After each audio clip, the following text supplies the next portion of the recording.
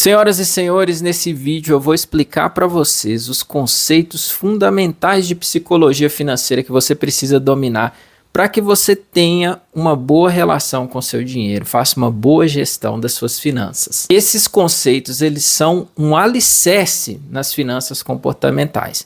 E caso você tente organizar sua vida financeira partindo direto para a planilha, direto para a organização dos 50, 30, 20 da sua renda e ignorar esses conceitos, é como se você estivesse começando a construir uma casa pelo teto e não pela base, e isso não vai funcionar. Eu tenho certeza que você vai gostar desse vídeo, que ele vai te ajudar muito, porque são anos de experiência prática no planejamento financeiro pessoal, onde eu aplico conceitos que são cientificamente comprovados com os meus clientes, e eu vou trazer isso para você de uma forma simplificada, não só nesse vídeo, mas como em todos os outros do canal. Então deixa já o seu like e se inscreva nesse canal, tá? Então vamos lá, uma situação muito comum que eu recebo todos os dias. As pessoas chegam até mim com uma renda boa, né? Eles dizem, tem uma boa renda, eu tenho anos e anos de dados financeiros planilhados, eu tento fazer uma divisão da minha receita, só que ainda assim as coisas não funcionam, não consigo guardar o tanto que eu gostaria, fico no 0 a 0, quando eu guardo, depois de um tempo aparece alguma coisa e eu gasto de repente, ou seja, um grande controle de dados, de números, mas nenhum resultado. E isso acontece por quê, pessoal? Porque a maioria de nós ainda acredita que fazer uma boa gestão financeira é sobre números, parte de domínio sobre os números. E o problema é que isso é ensinado também. Se você vai aqui no YouTube, faz uma pesquisa de organização do seu orçamento, de gestão financeira, os primeiros conteúdos que você vai encontrar, de fato, são sobre planilhas, são sobre separação da sua renda em certas divisões de 50, 30, 20, 60, 20, 20, e ignoram um ponto fundamental. Por que a sua organização financeira não está dando o resultado que você gostaria? Isso está relacionado ao foco no efeito. Quando a gente faz planilha, quando a gente faz divisão, a gente está focando no número. Só que o número, ele é apenas um efeito de algo mais profundo, que é o seu comportamento, seu processo de decisão. Então, antes de querer melhorar o seu número, você precisa entender sobre o que produz esses números, o seu comportamento. Enquanto você tentar resolver esses problemas com microgerenciamento, com planilha, com divisão de receitas, você vai continuar tendo muito trabalho para fazer isso e muito pouco resultado. Vão ser anos de vida financeira planilhada, pouco patrimônio construído, poucos objetivos realizados, muitas compras por impulso e muita frustração no final das contas. Então vamos entender por que tem trabalho para ser feito antes da planilha. Por que nós fazemos o que fazemos para que a gente consiga de fato ter resultado na nossa vida financeira e melhorar nossa relação com o dinheiro? Eu vou te explicar aqui quais são os 3 conceitos fundamentais que produzem os resultados que você está tendo hoje. E o primeiro conceito foi um conceito estudado e elucidado por Freud. A sua primeira menção sobre ele foi em 1911 e é chamado do princípio do prazer-desprazer. Esse princípio, ele nos diz que nós, seres humanos, naturalmente tendemos a buscar o prazer e evitar o desprazer a todo custo nas nossas decisões. E que nós tendemos a evitar o desprazer com muito mais força do que a gente busca prazer. Por isso que a gente tem tanta dificuldade, muitas vezes, de dizer não, de fazer uma escolha, porque aquilo é de fato a produção de um desprazer, porque você está abrindo mão de alguma coisa. Isso, pessoal, é natural, a gente precisa entender que está no nosso software, digamos assim. Toda vez que você for confrontado com alguma coisa que te causa desprazer, é natural que você evite, porque, como eu disse, o conceito nos explica que a gente tende a evitar o desprazer a todo custo, até com mais força do que busca prazer. Então, como que isso se aplica no nosso dia a dia relacionado a finanças? Quando eu sou exposto a algum impulso e eu teria, por exemplo, que falar não para não me enrolar com aquela despesa, mas eu não quero sentir o desprazer de falar não, porque poxa, eu já trabalho tanto, né? Eu passei tanto tempo na minha vida com restrição. Não vou dizer não, porque isso é desprazeroso. Isso também explica aquela dificuldade que muita gente tem de olhar para os seus números. Então, muita gente evita mesmo olhar para suas finanças, olhar para o seu orçamento, justamente porque aquilo incomoda muito. E por não olhar, as coisas vão se bagunçando e ficando cada vez piores. Então, às vezes, a pessoa não entende por que ela tem tanta dificuldade, ou por que ela nem pensa no seu consciente em olhar para os seus números. E isso está relacionado a esse comportamento natural de se evitar aquilo que traz um desprazer. O segundo conceito é o conceito do seu modelo mental de dinheiro. A gente já nasce com algumas tendências, como esse princípio do prazer e desprazer, isso é invariável, todo mundo tem. Agora, o seu modelo de dinheiro, ele é único. A forma com que você pensa o dinheiro na sua essência, ela foi construída ali na sua infância e adolescência e ela ainda influencia muito as suas decisões no presente. Hoje, já há um adulto financeiro, você ainda está tendo comportamentos de quando você era criança e adolescente que você aprendeu com as suas referências. O seu modelo de dinheiro, foi construído através da transmissão de conhecimento. E essa transmissão de conhecimento ela pode ser feita de algumas formas. A primeira delas é o conhecimento falado, aquilo que seu pai, sua mãe, sua avó, seu avô, tio, enfim, a sua figura referência, as pessoas que estavam em volta de você na fase de infância e adolescência falavam, tentavam te ensinar sobre dinheiro. Olha, dinheiro não aceita desaforo. Quem não enche de onde tira, acaba ficando sem. Dinheiro corrompe as pessoas. É muito difícil ganhar dinheiro. Ou ainda, dinheiro é para gastar. Enfim, tudo aquilo que você ouviu repetidamente ao longo de sua vida.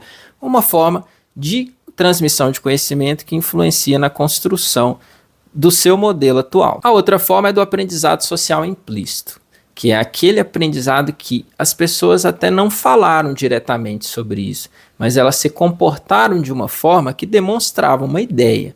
Sabe, quando aquela pessoa bem-sucedida da família chega e alguém já fecha a cara, faz algum comentário maldoso, denotando que ser rico bem-sucedido, por exemplo, é uma coisa ruim. Ou ainda aquelas piadas sobre aquela pessoa que é mais controlada financeiramente, que as pessoas chamavam de pão duro, por exemplo, exagerando muitas vezes alguns comportamentos. Esse tipo de aprendizado, ele fica na sua memória também, faz você fazer associações com o dinheiro a partir da opinião de outras pessoas. Dentro desse aprendizado social implícito, a gente tem aquele conhecimento que é observado, né? Que assim, às vezes sua figura referência até fala que você tem que tomar cuidado com o dinheiro, porque o dinheiro não aceita desaforo. Mas ela mesma é toda enrolada na sua vida financeira.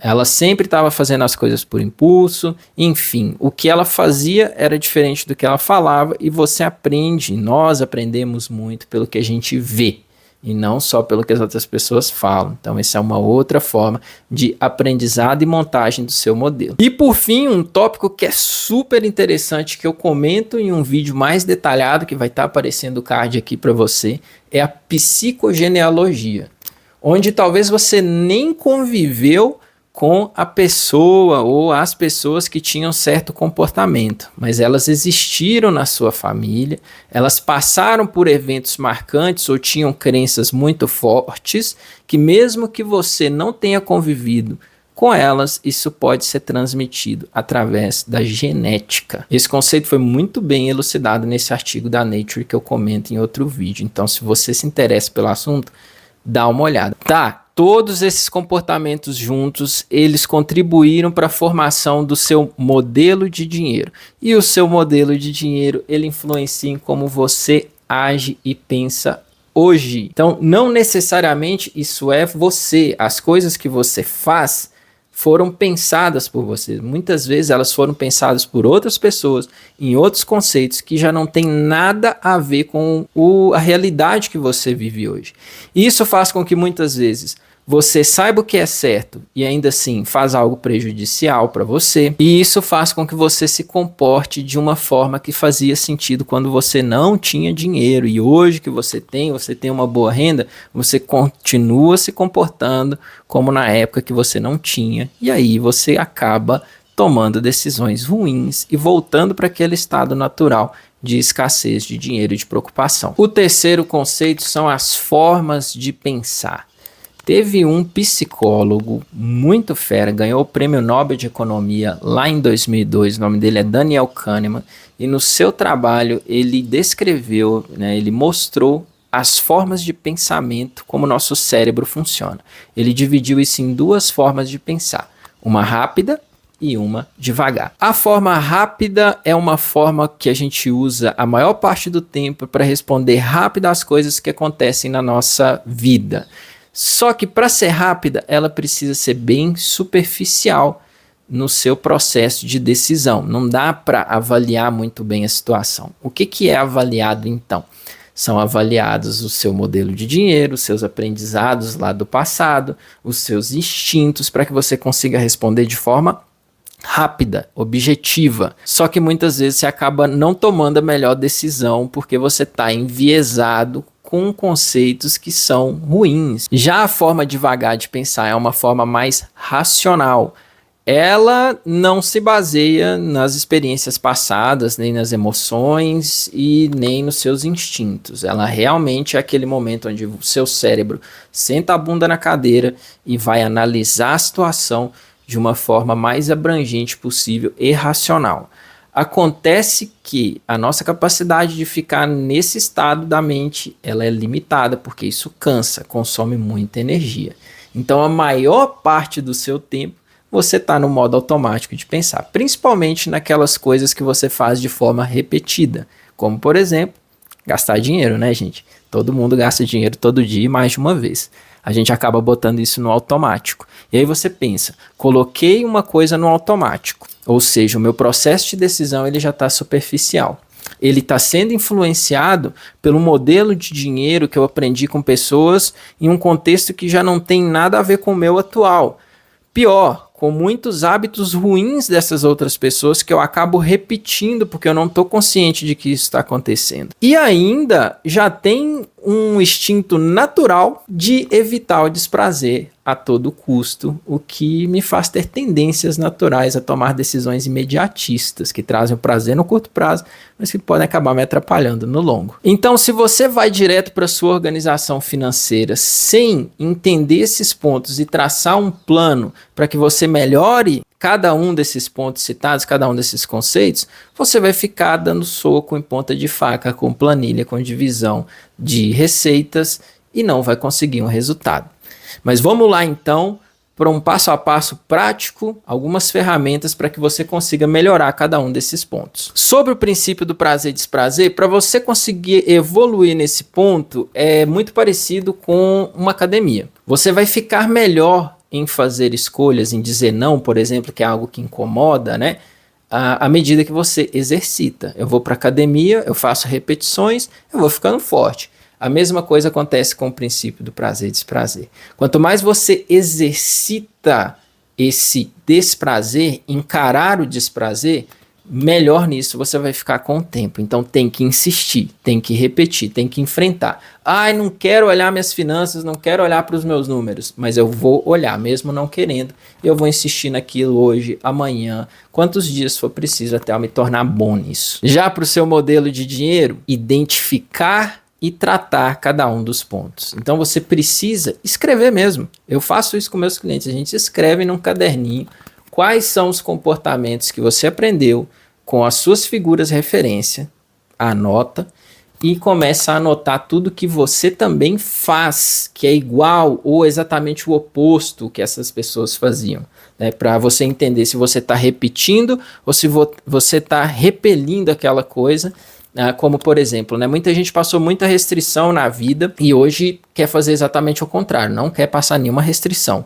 Então acaba agindo de forma totalmente contrária, só que passa da conta muitas vezes e se coloca numa situação ruim. Outras tem exemplos de desorganização dentro de casa e acaba também sendo desorganizado no dia a dia. Então escreva quais são os comportamentos aprendidos, escreva quais são os comportamentos que você tem, que você observa em você e comece a anotar a frequência com que eles acontecem, propondo por escrito um plano de ação.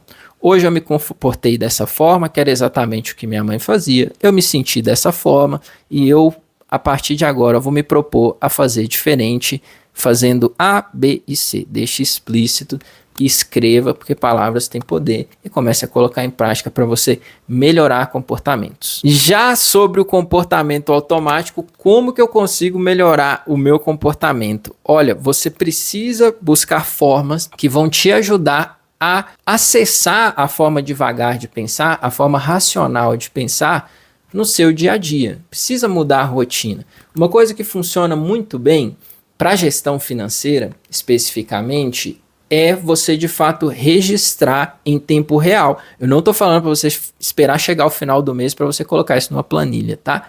É você registrar em tempo real, no momento que acontece, no dia que acontece, cada uma das suas despesas e acompanhar o seu orçamento de forma próxima, tá?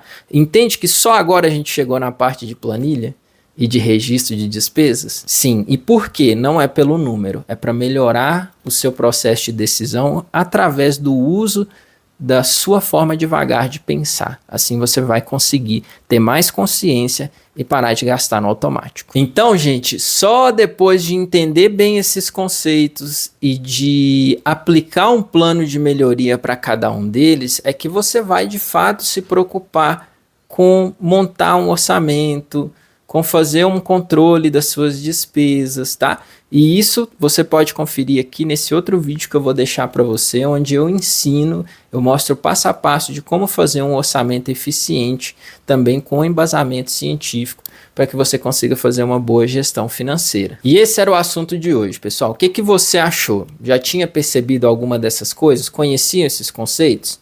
Tem alguma sugestão de conteúdo diferente desse que você também gostaria de ver? Deixa aqui nos comentários que eu vou te responder, tá bom? E se sentir que precisa de ajuda para implementar isso, aqui na descrição do vídeo tem um link onde você consegue falar comigo sobre a minha consultoria de planejamento financeiro pessoal.